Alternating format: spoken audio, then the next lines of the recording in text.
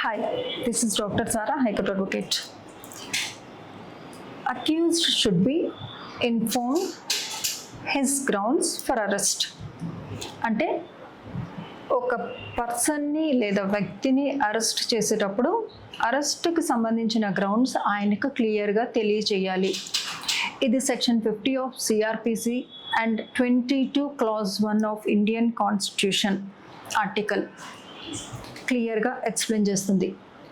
ఈ రెండు grounds of arrest and grounds of arrest to be known to the accused అని ఇంకా కొన్ని వయలేషన్ ఏవైతే జరిగాయో అరెస్ట్ సమయంలో వాటిని క్వశ్చన్ చేస్తూ విహాన్ కుమార్ అనే వ్యక్తి పంజాబ్ అండ్ హర్యానా హైకోర్టులో ఒక ప్లీ ఫైల్ చేయడం అనేది జరిగింది. ఇందులో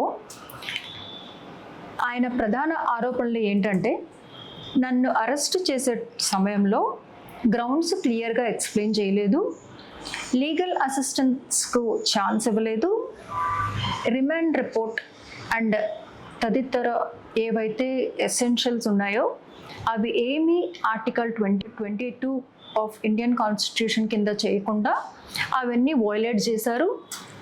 నన్ను హాస్పిటల్లో పెట్టి ఒక బెడ్ మీద పడుకోబెట్టి కప్స్ అంటే బేడీలు వేయడం అనేది జరిగింది. ఇవన్నీ వయలేషన్స్ జరిగాయి అనేది ఆయన వాదన.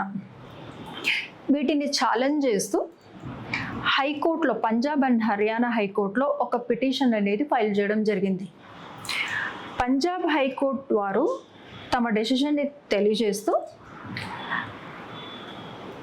ఆపోజిట్ స్టేట్ ఆఫ్ హర్యానా వాళ్ళ వివరణ కోరినప్పుడు స్టేట్ ఆఫ్ హర్యానా వాళ్ళు క్లియర్గా ఏం చెప్పారంటే ఈయన్ని అరెస్ట్ చేసే సమయంలో ఈయన్ని కస్టడీలోకి తీసుకునే సమయంలో ఆయన భార్యకు క్లియర్గా చెప్పడం జరిగింది, రిమాండ్ రిపోర్ట్ అనేది వాళ్ళకి ఇవ్వడం జరిగింది అండ్ పోలీస్ డైరీలో ఎంట్రీ అనేది చేయడం జరిగింది.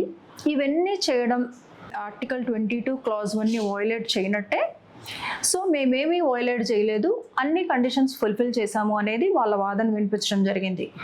అండ్ అనదర్ థింగ్, ఈయనకి హ్యాండ్ కఫ్స్ హాస్పిటల్లో ఉన్నప్పుడు ఏవైతే వేశారో వాటికి సంబంధించి కూడా వాళ్ళు ఎక్స్ప్లెనేషన్ ఇవ్వడం అనేది జరిగింది. ఇవన్నీ విన్న తర్వాత హైకోర్టు వారు ఈ పిటిషన్ విహాన్ కుమార్ పిటిషన్ కొట్టివేస్తూ 22 క్లాజ్ 4 అంటే accused should be presented before magistrate in 24 hours అంటే అరెస్ట్ చేయబడిన వ్యక్తి ఎవరైతే ఉన్నారో ఆయన 24 hours మెజిస్ట్రేట్ ముందరైతే పొందుపరచడం జరిగింది. And 22 clause 1 article of Indian కాన్స్టిట్యూషన్లో వయలేషన్ ఏం జరగలేదు, రిమాండ్ రిపోర్ట్ ఈయనకి ఇవ్వడం జరిగింది అండ్ వైఫ్కి తెలియజేయడం జరిగింది, పోలీస్ డైరీలో ఎంట్రీ అయితే చేయడం జరిగింది. అండ్ థర్డ్ థింగ్, ఈయన్ని టార్చర్ చేశారు బేడీలు వేసి హాస్పిటల్లో అన్న ఇష్యూ మీద మేము ఇప్పుడు కామెంట్ చేయలేం, అది దీనికి సంబంధించిన విషయం కాదు అని కామెంట్ చేస్తూ హైకోర్టు వారు ఈ పిటిషన్ని కొట్టివేయడం జరిగింది. ఆ పిటిషన్ని కొట్టివేసిన తర్వాత విహాన్ కుమార్ సుప్రీంకోర్టులో స్పెషల్ లీవ్ పిటిషన్ వేసినందుకు సుప్రీంకోర్టు వారు క్లియర్గా డైరెక్షన్స్ ఇవ్వడం అనేది జరిగింది. ఆ జడ్జిమెంట్ ఏంటంటే Vihan Kumar versus State of Haryana. ఇందులో సుప్రీంకోర్టు వారు ఏం చెప్తున్నారు అంటే విహాన్ కుమార్ యొక్క అరెస్ట్ ఇల్లీగల్గా జరిగింది. ఒక స్టేట్ యొక్క బాధ్యత ఏంటంటే ఒక వ్యక్తిని అరెస్ట్ చేసినప్పుడు ఆ అరెస్ట్ సక్రమంగా జరిగిందా లేదా, article 21 clause 1 of Indian constitution violate అయ్యిందా లేదా, గ్రౌండ్స్ ఆఫ్ అరెస్ట్ ఆ వ్యక్తికి తెలియజేశారా లేదా, ఇవన్నిటినీ ప్రూవ్ చేసుకునే బాధ్యత స్టేట్ మీద అయితే పూర్తిగా ఉంటుంది. ఈ పిటిషన్ చూసిన తర్వాత ఇవేవి ఫుల్ఫిల్ చేశారని మాకు అనిపించలేదు. అందుకని ఈ అరెస్టులో రిమాండ్లో ఎవరైతే వ్యక్తి ఉన్నారో ఆ వ్యక్తిని తక్షణమే విడిచిపెట్టండి అని జడ్జిమెంట్ ఇవ్వడం జరిగింది.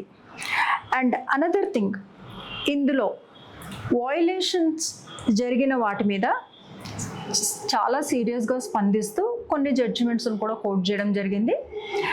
అండ్ ఎవరైతే ఈయన్ని హాస్పిటల్లో పెట్టి వేధించి వేడీలు వేశారో వాళ్ళ మీద కూడా డిపార్ట్మెంటల్ ఎంక్వైరీ కండక్ట్ చేయండి అని క్లియర్గా చెప్పి ఒక డైరెక్షన్ అయితే ఇవ్వడం జరిగింది.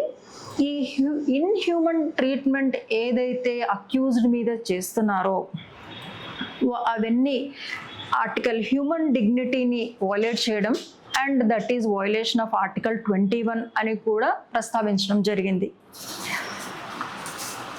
ఇలాంటి వయలేషన్స్, ఇలాంటి ఇన్హ్యూమన్ ట్రీట్మెంట్స్ని ఫర్దర్గా నిరోధించాలి అని కూడా క్లియర్గా ఇన్స్ట్రక్షన్స్ అండ్ డైరెక్షన్స్ అనేది పాస్ చేయడం ఈ జడ్జ్మెంట్లో సుప్రీంకోర్టు వాళ్ళు చేశారు.